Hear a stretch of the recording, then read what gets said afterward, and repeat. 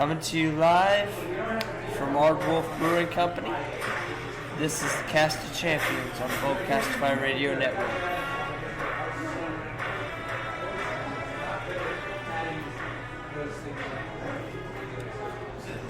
How you doing? Y'all listening to the Cast of Champions? I am Mark at BCB Markpedia. Slack Crackin' Robert. That was, the Goldberg theme. Just trying to promote the 2K17, just like WWE's doing right now. It was released yesterday. Also, the fact is, unfortunately, we have to stomach more of Goldberg and Brock Lesnar soon. Well, just like most pay-per-views, I might just skip it. Got any more news for us on the wagon there, Mr. We got Mr. Alberto Del Rio. He's going to start an MMA company in Mexico. He says he's going to be the next UFC. What, he's going to be the Dana White of Mexico? That's basically what they're saying. Tino Atambi, also known as Kenta, he hurt his neck on an NXT live show. He's going to be out for the next couple months. That man cannot stay healthy now. Vince's world.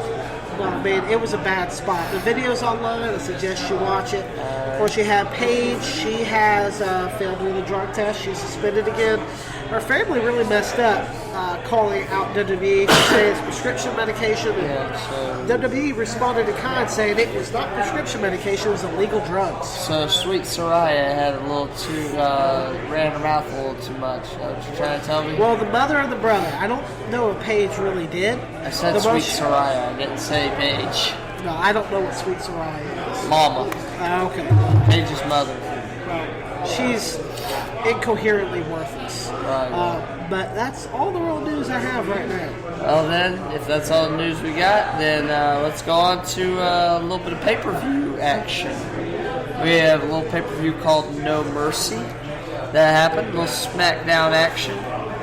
We'll start off with the opening match, the Hype Bros and American Alpha going over the Ascension and the Vaudevillains. Forgettable. Definitely, because anything with bro is always They're really pushing them lately too, and I do not understand them. I think they want to do a new face tag team, but it's just not going to happen. It's a bad gimmick. Yeah. They're a joke, and it's sad because Mojo Rawley does have the look. It really reminds me. But that's all he does. Laurinaitis is writing their lines, and he wants them to be the new iteration of his tag team. What, the Dynamic Dudes? That's basically what they feel like. So you're telling me that basically Mojo is Johnny Ace and Zack Ryder or Shane Douglas? Yes. Granted, Shane Douglas at the end of it wanted to whoop Laurinaitis' ass. That's why they had to break him up. That and they sucked. And of course, then you had AJ Styles retaining. Yes. The only thing I did not like was the double submission tap out. That was stupid. Other than that, it was a good match. I think he should have the title right now anyway. I don't think John Cena is about to go on break for the little reality show. Well, AJ's the best. He's the best champion they got right now. I'm just saying the whole double submission thing was a waste of spot. I don't think it helped.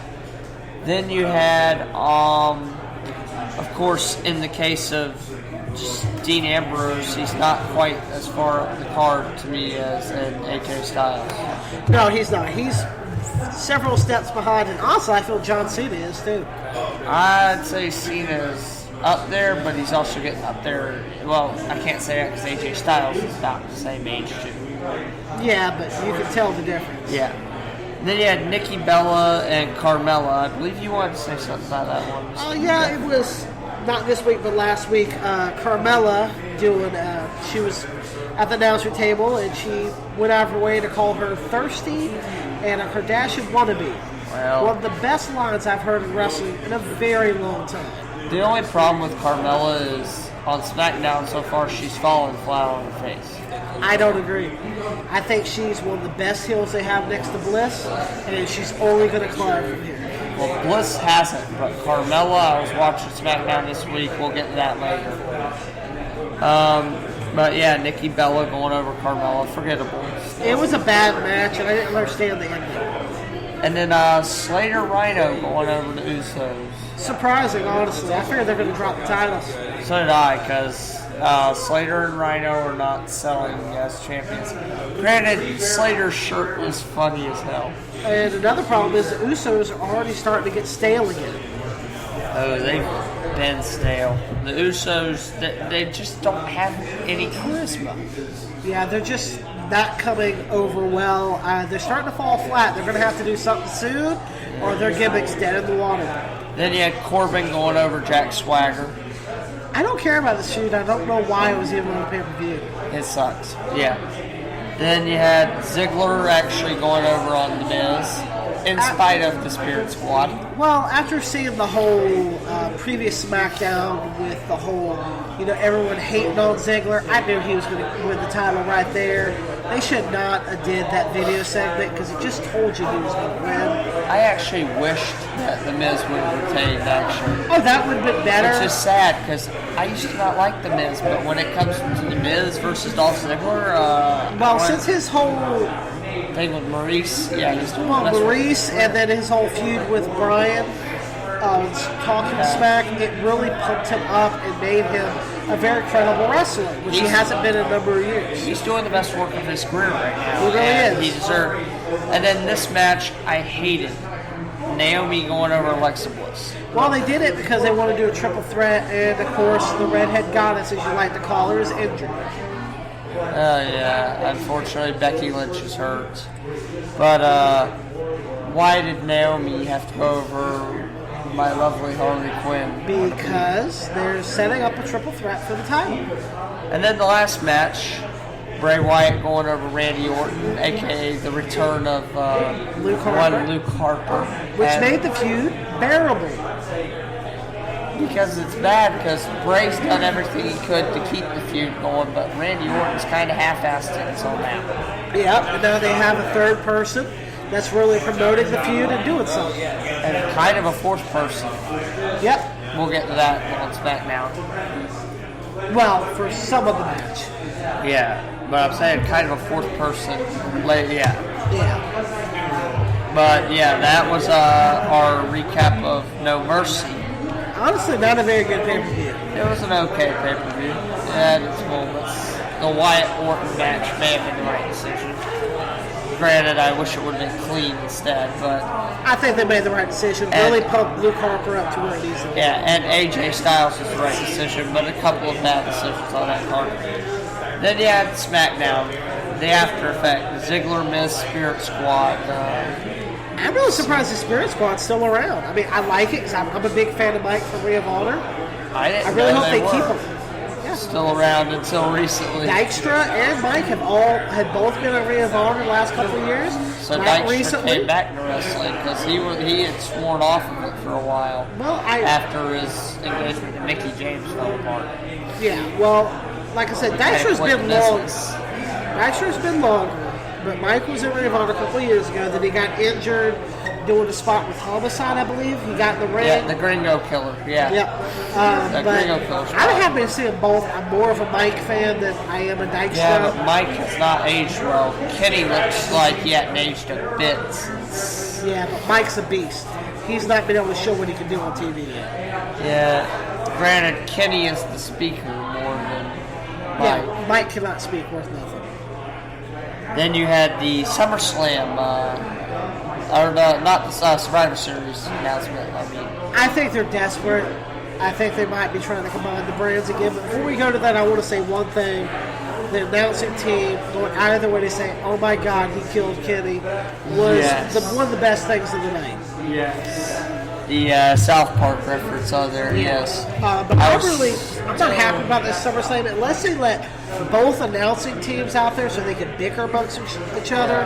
I think that's all the way maybe get Corey Graves and Mauro Ranallo out there. If they do that, it could be really good. If they don't, which I doubt they're going to do, it's going to fall flat. Yeah, that would be the announcing team I'd let do it. But then what aggravates me about that is why was Slater Rhino out there during the Ziggler Miz deal? Why did Slater and Rhino come to rescue Ziggler? Because they're considered one of the top faces of the brand right now, and they're the tag team champions, so they're trying to make them noticeable. granted, I did like Slater's shirt. Yeah. I got kids. Yes. I got kids shirt. That was funny. Then you had Naomi going over Carmella, and this was what I meant when I said Carmella fell flat. Well, it was a bad match, and she shouldn't have lost, and she just lost in the pay-per-view. But even her coming out, there was no reaction to her coming out. I disagree. There was a reaction, just not as much as was at No Mercy, because right now she's in rebuild mode. Well, Because all she's had is a feud with Nikki.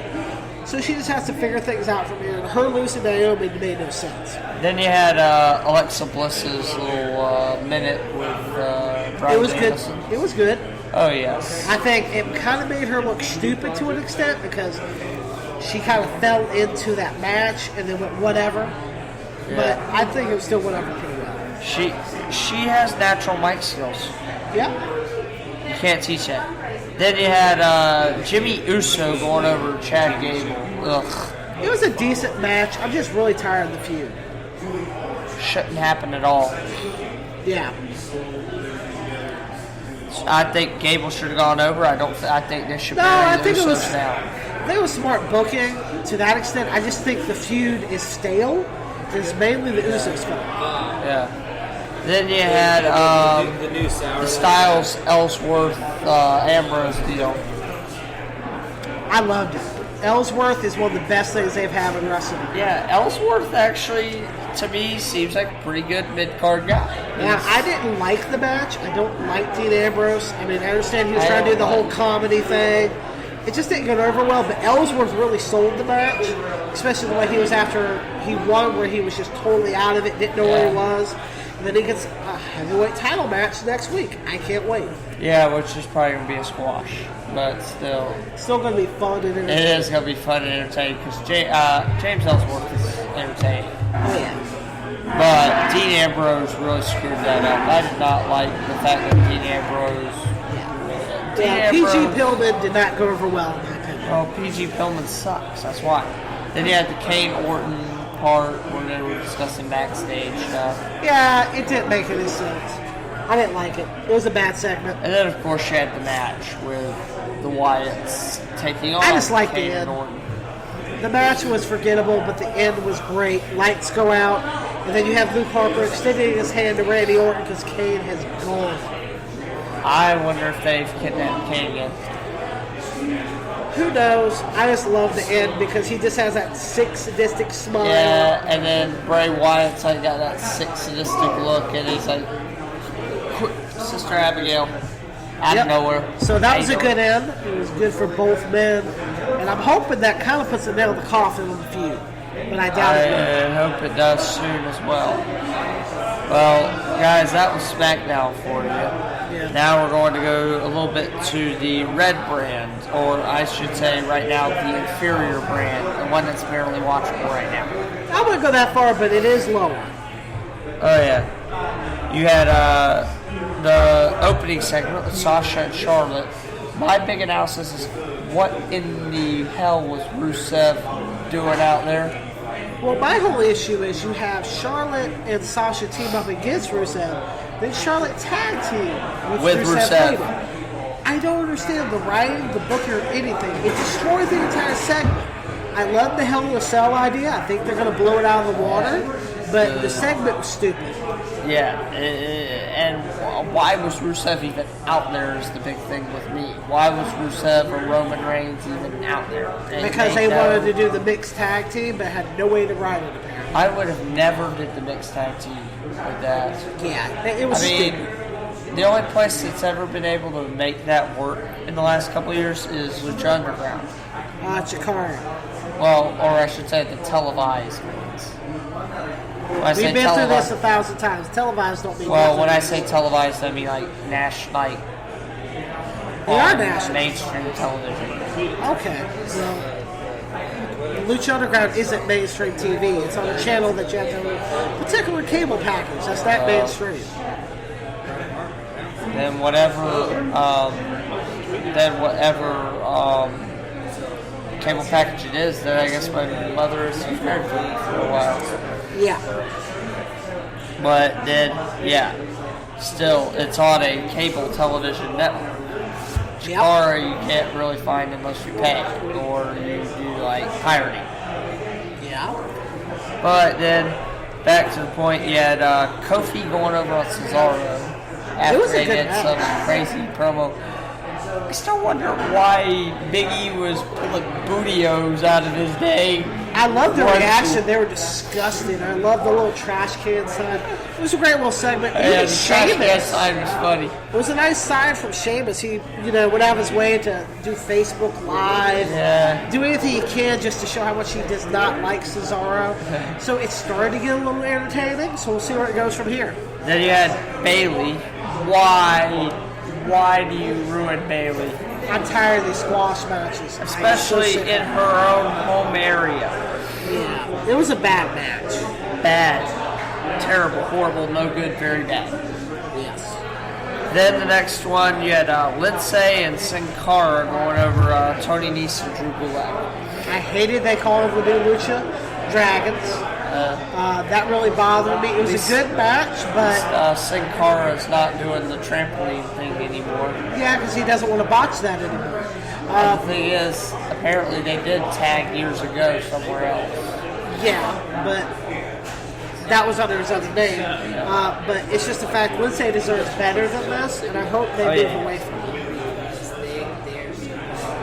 It was just meh. The match was all right. Yeah. And of course, shooting star from Lindsay. Yep. That's his finisher. Him and Tony Nese gel really well. They do. They fought all over the Indies, Evolve, all over the place. Yes. Then you had the Hell in a Cell announcement. Nah. There's like 3 different matches coming up. You have Rusev, and Reigns. Romans, and you have Seth Rollins, Kevin Owens. Yeah. And then you have the women's match. I think it's going to oversaturate with Hell in a Cell. I think it's a bad idea. The women's match might be the highlight of that bunch. That's sad. Honestly, at this point, I think it's going to take the show. Yeah. Then you had Rollins segment. And, he's still playing as a heel, but trying to get face. It doesn't make sense. Yeah. Then you had the Social Outcasts came out. Yeah. And I guess Bo. And I guess Bo's going to go after Curtis Axel now after his loss. Yeah, because they had Team Soft come out, and then they had the club attack them. Yeah, that was good. I enjoyed it. But then, all of a sudden, Social Outcasts won the tag match. They bring out freaking Neville and El Generico. Which I said a couple weeks ago they're going to make them a tag team, which I was correct. But I still think, I wanted to see Bo Dallas and Curtis Axel win. Yeah, but because I think they need to give them some sort of push. Because Bo Dallas has too many tools for you to not push him. Well, if you look at it, they're pushing Bo Dallas as a single wrestler. So they're going to use Curtis Axel to pump off. And in reality, Curtis Axel has gotten a lot better since he first got on the roster. But they kind of got a bad taste in their mouth from when he was with Heyman. That was the only mistake they really made with him. Well, the fact is that every time that Brock Lesnar comes back, who does he go to get ring rust off of? Curtis Axel. So that's a load of crap. That they don't push Axel at all. Yeah. Yeah, it's Curtis Axel, and he's getting better on the mic. He's gotten a lot better on the mic. He has. He's getting a little of his dad's swagger. Partially because they finally gave him a fucking character. They finally gave him a character. Yep. But, yes. But then they had them go over the Social Outcasts. Well, I don't think they call themselves that anymore, but yeah. Which, like I said, I think they're promoting Bo as a singles wrestler, trying to give some heat, a little bit of something to do. Because Bo went away from him. Granted, he's wearing his dad's singlet or whatever. Yeah, pre-IRS, yeah. Yes. Then you had R-Truth going over Titus O'Neil with a little help from Mr. Goldust. It was a horrible match, waste of a segment before with a payday ad. I hate it. Titus O'Neil should have never accepted these gimmicks. Add on the fact that Titus O'Neil was the reason why it was a bad match, not R-Truth. R-Truth actually can still go. He can still go, but I mean, it was just honestly the backstage segment destroyed the match before it began. There's no way to make it a good match. Speaking of go, I'm just glad they don't have Goldust and R-Truth doing the Pokemon Go crap anymore. That's because it's no longer popular, so they're no longer going to put it on TV. I'm just saying, I'm just glad they got away from it. It's dead and gone. Unless they do another update that makes people happy. Then you had Braun Strowman again. I don't care. It's a waste. I hate him. he's done. I thought he showed a little bit of mic skills though at the end. He sounded constipated. It was stupid, personally. The guy is 6'8" and 390 pounds. It's not 1984. Just because you're big and you look bad does not make you a good wrestler or something. And he keeps telling them, if you don't start giving me something to do. But he's greedy. He doesn't deserve a real match. He shouldn't even be on TV. Then you have the mixed tag, which my thoughts on the mixed tags. It was stupid, a waste of time. It made everyone in the match look stupid. It made the matches in Hell in a Cell almost not worth it. Then you had the Jericho segment. I enjoyed it. Kind of gave heat for the Universal Championship. Yeah. I enjoyed it. I thought it was a great little segment. Stephanie really trying to push to keep Kevin as a champion. She's really starting to show her little heelish tendencies with it. Well, Stephanie McMahon has always been a natural heel. Yeah, but this current run, she's being more like, I'm just about the show. But she's starting to show a little bit of a heelish side. Yeah. Nice slow build. Then you have the Heyman deal. I don't want them to promote a video game on TV. That's all they're doing. It's a waste of TV. It's a waste of breath. I don't care about Brock Lesnar. I don't care about Goldberg. I did not pre-order the game, so I did not have to see Goldberg. These are reasons for this. People haven't cared about Goldberg since circa 1998. Yeah. Then you had T.J. Perkins go over Arya Daivari. Good. I mean, the segment he had with Kendrick in the back, the only problem I had with, I call bullcrap on the N64 breaking. I've never heard of a Nintendo 64 breaking, so that's bad writing. Other than that, I loved the match. And I thought the backstage segment was good. It showed T.J. Perkins being strong. Yeah, and Arya Daivari looked more comfortable this time around than he did last. He did. I think the first time was just jitters. Yeah. I mean, you gotta remember, and the CWC, he was one of the more impressive first round guys to me. He was. I remember you telling me that. Then you had Rollins and Chris Jericho. I thought it was a great match. Surprisingly, you had Kevin Owens trying to help Chris Jericho, which, Stephanie said, you know what to do best for business, which is protect Kevin Owens if they make it a triple threat. That's what they're trying to build towards. But, of course, Seth Rollins went over. Great match. I enjoyed it. Like it should have been. Yep. Well, I'd say that the thing with that is that was Raw recap. Coming up next, unfortunately, we have to go from Raw to the very average show. Well, it's getting better. Yep. Mr. TNA. Which, TNA, by the way, Vince is wanting to buy the library, but he's basically going to let Corgan keep the company. That's what it's looking like. Which is a good thing, because Corgan, I think, can actually turn around if he's given... If he stays off TV, sure.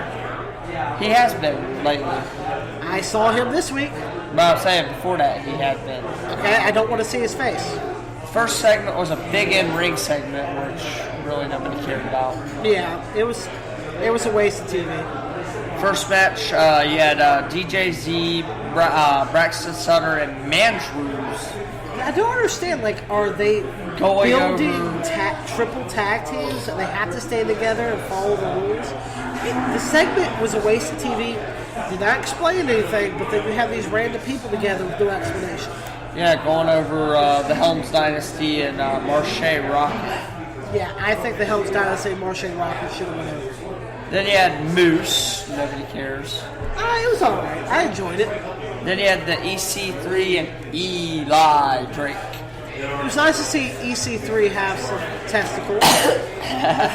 So other than that, I mean, it just felt like it was a bad Saturday Night Live skit. The bad knockout skit. Yeah, that was a waste of TV. Yeah, nobody cares. Eddie Edwards' little interview. Yeah, I mean, he feels like a dopey champion, honestly. And then Gail Kim going over Allison Kay or Sienna. Who's hurt, so she's going to lose the title. Gail Kim is? Yep. Alright. Good enough. Then we had another EC3 segment. Yep. Which EC3 to me, you already know my thoughts, is the star of TNA. Well, that's not saying much, but yeah, he's good on the mic, he's good on the ring. WWE really wasted him. But then you have the Hardys going over to Decay again. Yeah, well, I didn't get to see the end because it cut off the match because I guess of the hurricane. Yeah. So I don't know what happened in the match because it cut halfway out and never went back. Yeah. Then you had Cody and the Miracle and their wives. The segment fell flat. I don't know how they're going to build this feud where it makes me care. Yeah. Then you had Damian Sandow going over Baron Dax, which, if I remember correctly, was one of the French guys from NXT. Yeah. He was. I don't remember which one, Luis or LaFour. He was Luis. LaFour was the dude with the beard. Yeah, Basil Baraka is. Is LaFour. LaFour. Just like the title, a waste of time. Yeah, don't really care. And then I'm mad about this one. Edwards going over Lashley. I'm not. I'm tired of Lashley. I don't think Edwards was the guy to do it. I'd have EC3 or I agree. Sandow or Galloway. Galloway got hurt. I understand that. That's probably why. But I'd rather have EC3 or the Miracle if you're going to do anything of it. Not Edwards. Edwards does not look like a legit champion going against Lashley. Well, that's because they made this dopey guy who's a tag team guy that gets lucky. I don't know how they're going to build him from here, but they have a lot of work. Well, unfortunately, that was the very average booking that is TNA. Yep. Now we got a couple brief segments here to finish out the show. NXT. Yep. The Dusty Rhodes Classic started. It's going to be good. First couple matches, you had the Authors of Pain going over the Bollywood Boys. I'm tired of Authors of Pain. They're such a waste of a tag team in this place. They don't talk. They don't do anything. They do the same moves every week. They're getting very, very stale. I know they're both like legit tough guys in reality. That doesn't matter in wrestling.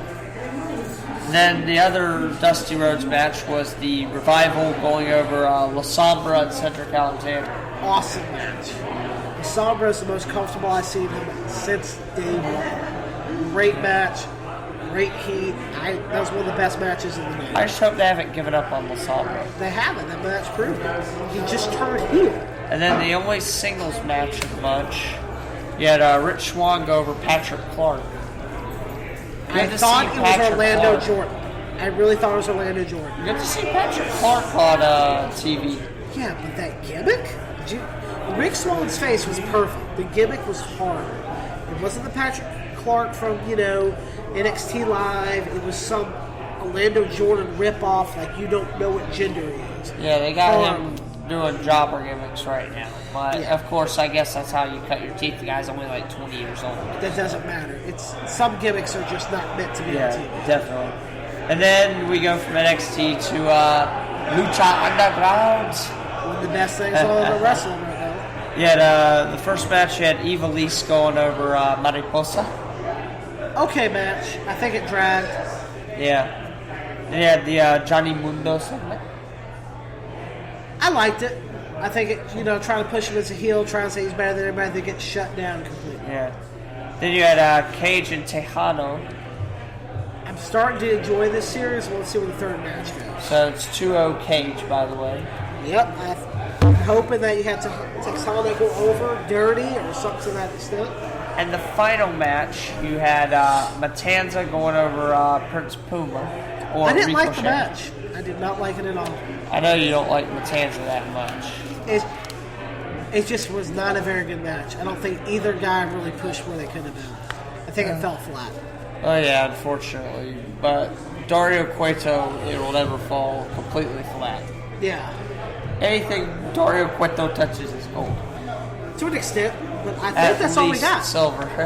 Oh yeah. Well, guys, unfortunately for y'all, this is all the time we have for y'all today. You can find us on Cast of Champions and Twitter, with the O is a 0, by the way, guys. Also, you can find us on Facebook at Boldcastify. Also, Twitter, Boldcastify. Then you have Bcastify Sports for all your sports news. And of course, we're live at the Aardwolf. Come join the beer. Sure. Great stuff. Yep. We're on pretty much every social networking site you can think of. This is Mark. Robert. And you've been listening to the Cast of Champions on the Boldcastify Radio Network.